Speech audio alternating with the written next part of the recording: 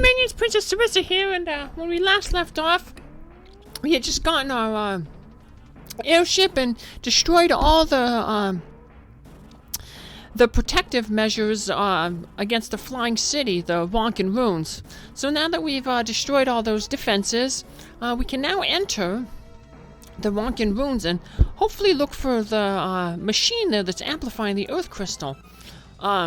We better disable that before the crystal cracks, because the Earth Crystal is the only crystal left. And if they all crack, apparently the evil warlock X-Death is gonna return. And that's obviously a bad name. You ever notice, like, in video games, like, the bad guys, they always have, like, bad names. Like, why can't they just be, like, why would you name yourself that? I mean, you're gonna have a really hard time, like, getting people to come to your cause, you know? But here's some people who he did get to his cause: the Raw Mage and the Ronka Knight. So we have a typical physical attacker in the Ronka Knight, and we have a spellcaster in the Raw Mage. So pretty common enemies in this area here. Unfortunately, they don't have any weaknesses, so just hit them with whatever spell, level 2 spell that your character has the specific rod attached to. So if you have an ice rod equipped, hit it with an ice spell. If you have a thunder rod, use a thunder spell. So whatever works. Fire rod, fire spell, doesn't matter. Although you may want to keep ice and thunder rods equipped on your black mages, because the enemies in this area, the ones that do have weaknesses, are either to lightning or ice. So, and this place is kind of mazy. A lot of up and downs. You'll be going in and upstairs, downstairs, and another thing that makes this area kind of tricky is there's a lot of, like, invisible tiles. If you have a thief, you'll be able to see these tiles, but as you can see, I'm just walking right over. It looks like I'm walking over air. Those are actually, like I said, hidden tiles. The Thief's Passageway ability will show these tiles off, but we ain't allowed to use them, so we're just going to have to follow along with me if you don't have a thief either. So luckily I have a little map that shows all the hidden tiles around there, so I gotta pause sometimes to check it out to make sure I don't, I'm walking on the right tiles, so. In addition to these invisible tiles, another thing that is kind of, that can be difficult in this area is there's also things called, there's also pitfall traps. If you have a geomancer with the, one of their abilities is to, like, find those pit traps before you fall on them. But we don't have a geomancer, so unfortunately can't use that. Here's another new enemy, the World Demon. One of the interesting things about them is they have a really good spell called White Wind. If you control them and then use that spell on your blue mage, they'll learn the White Wind spell. And that spell, it heals hit points equal to the caster's current hit points. So, like, for example, if Galuf cast White Wind, everyone would be healed for 935 hit points. So it's a really good spell to have if you have blue mages, but like the Thief and the Geomancer class, I am not allowed to use them because of this 4-job Fiesta run that I'm doing. But if you have a blue mage, it's a good spell to learn, minions. Here we got another treasure. And now we're going all the way around just to get that treasure chest up there that we saw. So we're gonna go down and then back up. That's gonna be a common theme in this area. We're going up and down, and yeah, it's kind of mazy like that. We have another invisible platform there, and we got a gold shield. We also had some gold armor earlier. They're pretty good armor and equipment for knights if you're using a knight, but I guess it's the theme of this episode. That's another class that we cannot use based on this 4-job Fiesta. So,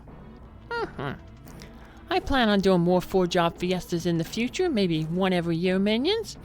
That passageway I just passed up there, that leads just to a save point. We don't need it, because we're kind of full hit points for... We have a lot of stuff yet. We don't need to heal up yet, so... But yeah, I plan on doing my own little 4-job fiestas.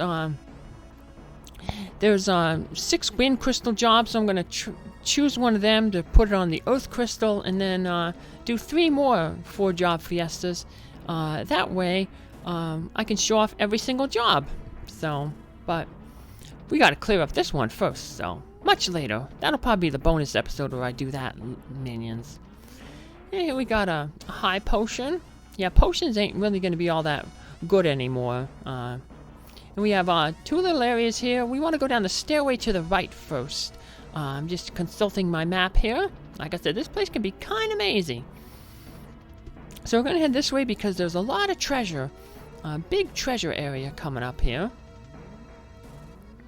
And in this room here is where the Geomancer's pitfall ability would come in handy. Unfortunately, I don't have that pitfall ability, so I unfortunately am about to fall into a pit as soon as I'm done picking up this ring. Yo! Boom! And I fall back on another floor, so I don't fall too far. But,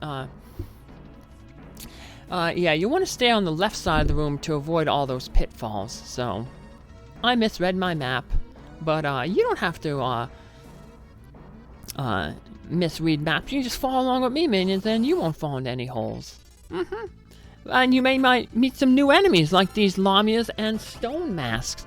The Stone Masks are weak against lightning, and the Lamia is weak against ice. So I was saying earlier about enemies here are either weak to lightning or ice. Now, the Lamia is a pretty good monster to catch. If you catch it, it uses a spell called Blowfish, which deals 1,000 damage guaranteed. It's also a good spell to learn for your blue mage, so you can control the Lamia and then have it use that spell on your blue mage, and then they'll have it guaranteed 1,000 damage. So some money. Like I said, we're gonna stick on the left side here, and then we'll be able to avoid any other pitfalls in this area. You have a Shuriken, an ancient sword, a good equipment for a knight, a Moonring blade, that's good for like a thief or a ninja. It's a boomerang weapon. And now we'll just fall down a pit to take a shortcut, get back to where we need to go. And now this time, instead of taking those stairways, we're going to take that door and get further deeper into the Ronka Ruins here. All this stuff was buried underground. It makes you wonder, how is it still running? You know, you figure it'd be buried under all that dirt and stuff, like all these gears and cogs and wheels and stuff would be all, you know, dusty and dirty and, you know, covered in grime. I wonder how it's still working. Avoid that pit there, minions. Yeah, we're gonna walk around this way. And, unfortunately, we're getting to a point where, not too many new monsters in this area, but the ones that we do have to find, they're all rare monsters. So, yep, we're gonna have to be doing a little bit of farming here, minions. Coming up. And this way over here, we want to go up this way. That's a save point, and we've been getting into a lot of battles. You've been seeing all those transitions there where it pixelates out. That's basically me getting to a battle and cutting that battle out because it's a monster that we've already seen. So, yeah, heal up, use a tent, and we got a few more things, and we got those rare monsters, like I said, to hunt down. And, so, one of the rare monsters is only available on the final floor, and you can either meet him. Ooh, well, not right here. Well, oh, here's kind of a rare monster. Wasn't thinking about this one, but it's still a rare one. It's actually a pretty tough monster. As you can see, he uses this like lightning attack, and that really damages you. Unfortunately, as you see with Whiskers there, his Blitz Whip cast a Blitz spell on it, and that unfortunately healed it up a little bit. So this guy's actually pretty tough, but he's not the toughest monster that we want to see here. So, but we're going to get to him. He's one of those rare monsters that I was talking about. And this rare monster, it can only be found on this floor right here. So it can either be found right here in this little area, or in an area I'm about to go to a little bit over there where you see the King of Tycoon and some green snake, winged snake thingamabopper. Yeah. So we're going to head over that way first and see if we can maybe meet the rare monster there. If not, we'll head back a little bit and try to farm it in that area. Because we're going to have to do a little bit of backtracking anyway, because there's another kind of rare monster that's a little earlier in the area. And so, when hunting for this rare monster, we want to make sure we heal ourselves up, because this guy is pretty tough. He's a palette swap of that Hydra monster, but he's even tougher than the Hydra monster. I know, it's pretty tough to believe, minions, because that Hydra monster was really tough, you know. One thing that does make the Hydra monster a little bit easier, though, is you can control it. Unfortunately, the rare monster that we're trying to find coming up, we can't control it. So, yeah, not good. But I tend to have better luck finding that rare monster in this area here. So I'm going to just wander around here and gain some good experience and some good ability points. We're getting close to maxing some other jobs eventually.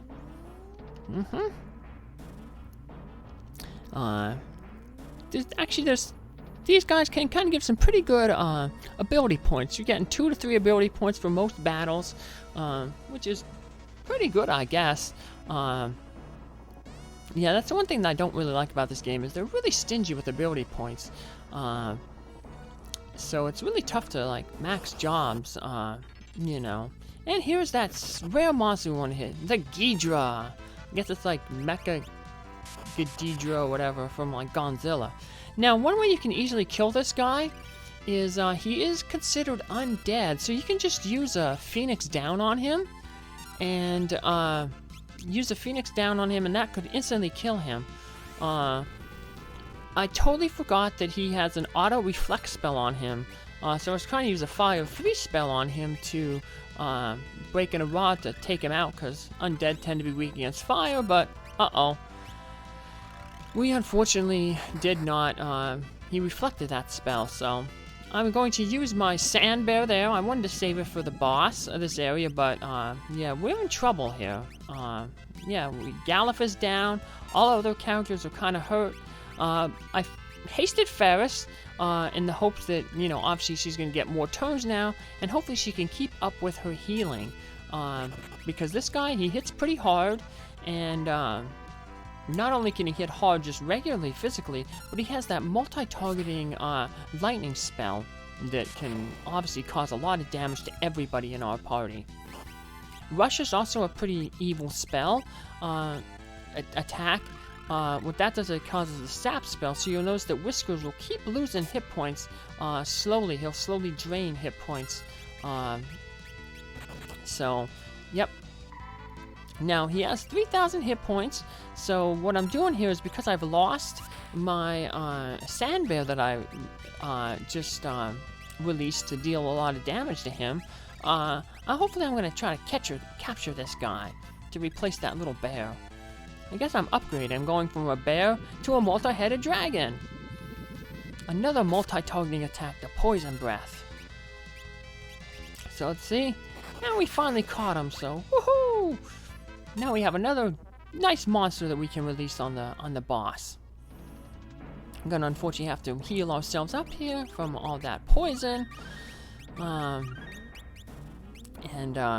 Thankfully though, there's a save point nearby that we can re-heal ourselves up, but now we have to go back and hunt another rare monster. I was hoping that I'd find it while I was going through this area, but unfortunately I didn't, so we're gonna have to backtrack a few floors to find this monster. And it's another monster that's weak against ice.